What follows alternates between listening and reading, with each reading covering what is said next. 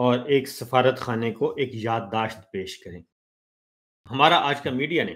کمال کیا کہ صدر ٹرمپ نے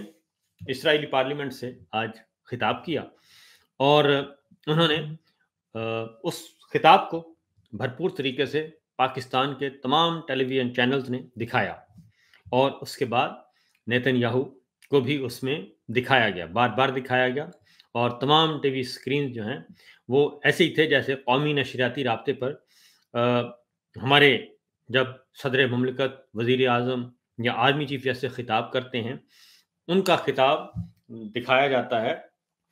بالکل اسی طریقے سے قومی نشریاتی رابطے پر تمام ٹیلی ویژن چینلز نے وہ کٹ کیا ہوا تھا۔ اور اسرائیل کی پارلیمنٹ کی اجازت ہے کوریج کی، اسرائیل کے وزیر اعظم کی آپ